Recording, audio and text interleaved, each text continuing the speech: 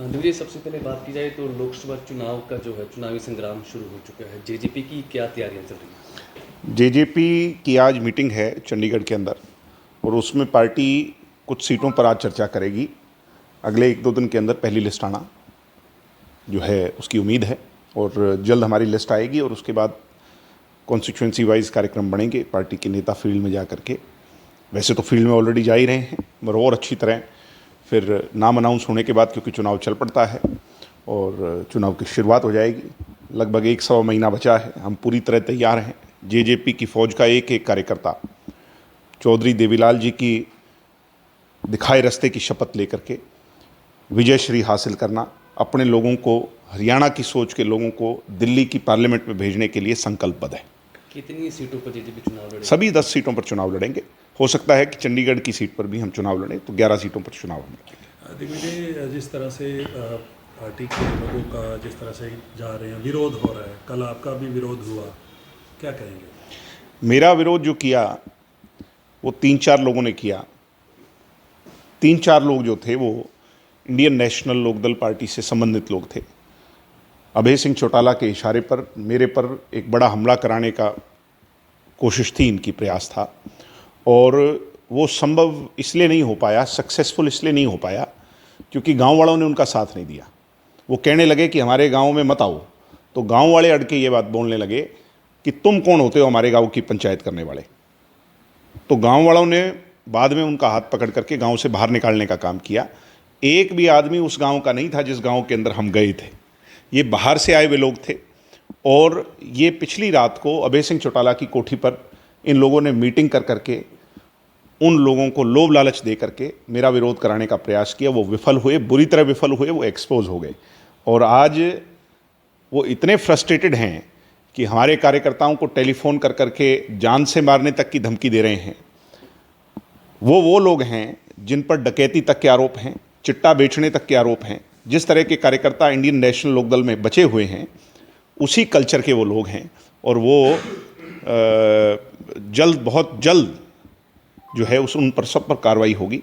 जिन लोगों ने भी हमारे कार्यकर्ताओं को कोई भी धमकी दी है, वो सारी की सारी इन्वेस्टिगेशन जो है अब वो पुलिस को करनी पड़ेगी और उन सब लोगों पर सख्त कार्रवाई होगी जो लोग हमारे लोगों को टेलीफोनिकली फ़ोन कर करके कल की घटना के बाद आज धमका रहे हैं, डरा रहे हैं, कल की फ्रस्ट्रेशन टेलीफोन्स पर निकाल रहे हैं।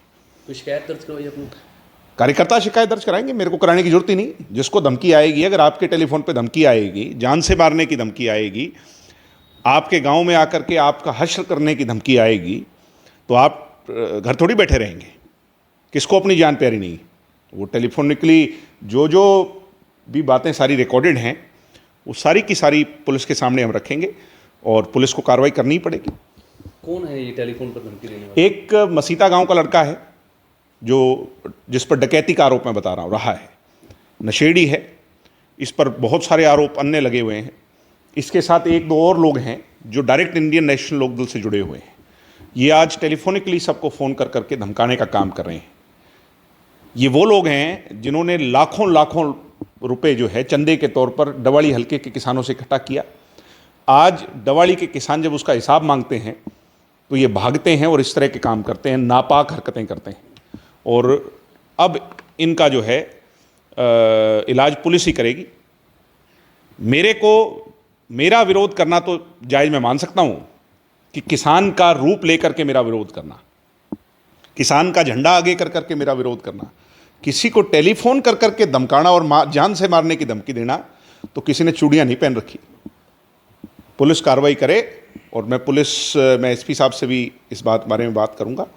और विरोध करो, सड़कों पे करो, आकर के तर्क वितर्क करो, मगर कोई ये गलतफहमी पाल करके बैठा हो कि किसी के घर जाकर के किसी को आहत करने का प्रयास कोई करेगा, किसी पर हमला करने का कोई प्रयास करेगा, फिर हर तरीके से उन लोगों को भी तैयार रहना चाहिए। दिग्विजय, पिछले दिनों कुछ जिस तरह से वीडियो वायरल हुई, मैडम नैना चौटाला ने कहा कि बीजेपी के साथ जाने थे हमारा कुछ नुकसान। मैंने क्या कहा, मैं उन घटनाओं से इस घटना को नहीं जोड़ रहा। मैं सिर्फ कल की घटना के बारे में आपको बता रहा हूँ। हो सकता है कहीं किसानों ने विरोध किसी का किया हो, नहीं किया हो, मुझे नहीं पता है।